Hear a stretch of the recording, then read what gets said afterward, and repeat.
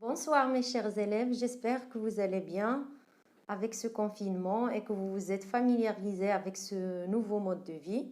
Voilà, donc je reviens vers vous dans cette nouvelle vidéo pour terminer la correction de l'examen normalisé que je vous ai proposé il y a quelques jours et dont on a déjà fait la correction de la première partie concernant la compréhension de l'écrit et les activités de langue. Alors aujourd'hui, nous allons poursuivre la correction de la partie portant sur la production écrite. Voilà. Alors, je vous lis le sujet qui était en question. Eh bien, on vous a demandé de rédiger un texte de 5 lignes dans lequel tu proposes quelques solutions pour protéger la nature. Donc, je porte à votre connaissance une petite chose, c'est que dans le sujet, il y a eu une erreur. Donc, il ne s'agit pas de dans, D-O-N-T. Par contre, c'est dans lequel, qui est un pronom relatif composé. Alors, dans ce sujet-là, on vous demande de rédiger un texte. Qu'est-ce que vous allez faire dans ce texte-là? Vous allez proposer des solutions pour protéger la nature. Alors, toujours, quand on vous propose un sujet, la première des choses que vous devez faire, c'est savoir le type de texte qu'on vous demande. Alors ici, on va rédiger un texte explicatif. Et de ce fait-là, vous devez bien sûr savoir la méthode que vous devez utiliser pour rédiger ce genre de texte. Pour écrire un texte explicatif, il faut avoir dans votre rédaction 3 parties distinctes. Une introduction dans laquelle vous allez présenter votre sujet et on peut la reformuler généralement à partir de votre sujet. Pour la deuxième partie, ça va porter sur le développement. Et c'est dans cette partie-là qu'on va développer les principales idées concernant notre sujet. Et c'est normalement le vif du sujet. Et d'ailleurs, c'est la partie la plus longue de la rédaction. Et en fin de compte, on termine par une petite conclusion.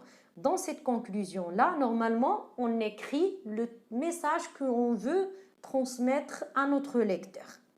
D'accord? Donc voilà la rédaction ou bien le texte que je vous propose. Donc c'était un exemple que j'avais écrit moi-même. Voilà, donc la nature représente une source de beauté et de bonheur dans notre vie. Alors, protégeons-la contre toute forme de destruction.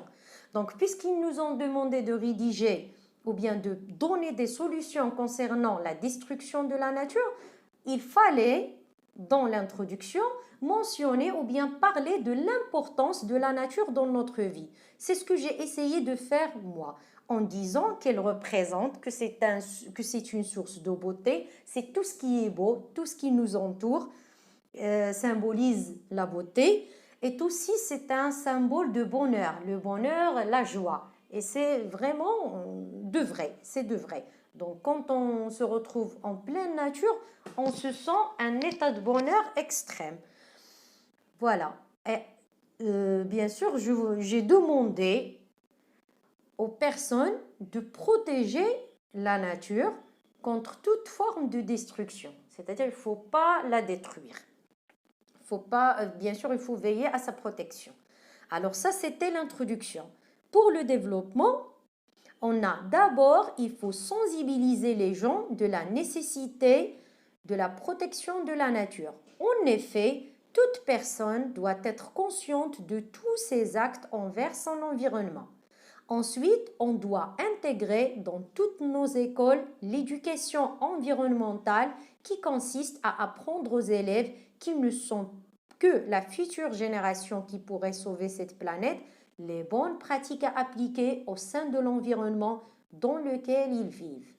Enfin, toute personne qui détruit la nature doit être soumise à des sanctions sévères par les autorités concernées. Donc, comme vous avez constaté, j'ai divisé la partie du développement sur 3 sous-parties.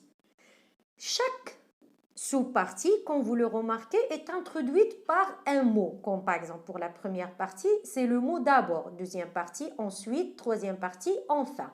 Ces mots-là, on les appelle les connecteurs organisateurs. Ce sont des mots qui vont me permettre d'organiser mes idées.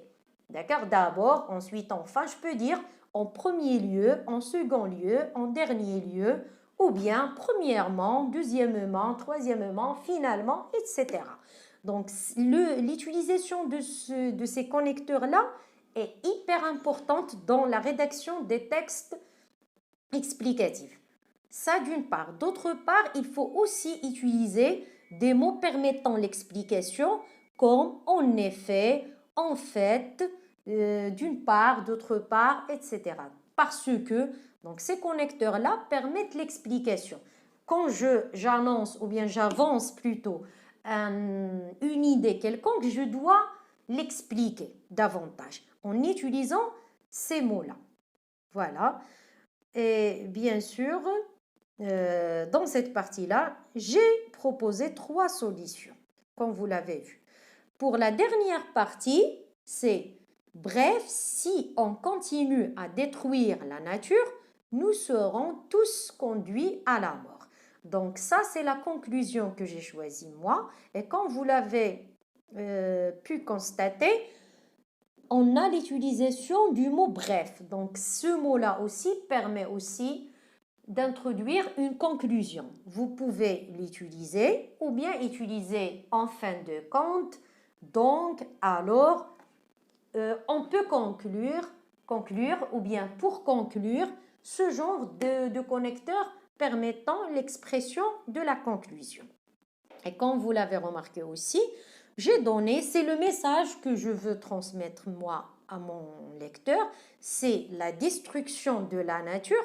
Qu'est-ce qu'il va provoquer comme résultat négatif? C'est la mort, parce qu'on est lié à notre environnement. Alors si on le détruit, on sera nous aussi affectés, bien sûr, par les impacts, par tous ces impacts-là. Voilà, donc j'espère que cette vidéo vous a été utile et que vous avez pu, bien sûr, avoir une idée sur la stratégie concernant la rédaction du texte explicatif. Si vous avez aimé ce genre de vidéo portant sur la production écrite, veuillez me le mentionner sur les commentaires. Et en fin de compte, merci beaucoup de votre attention.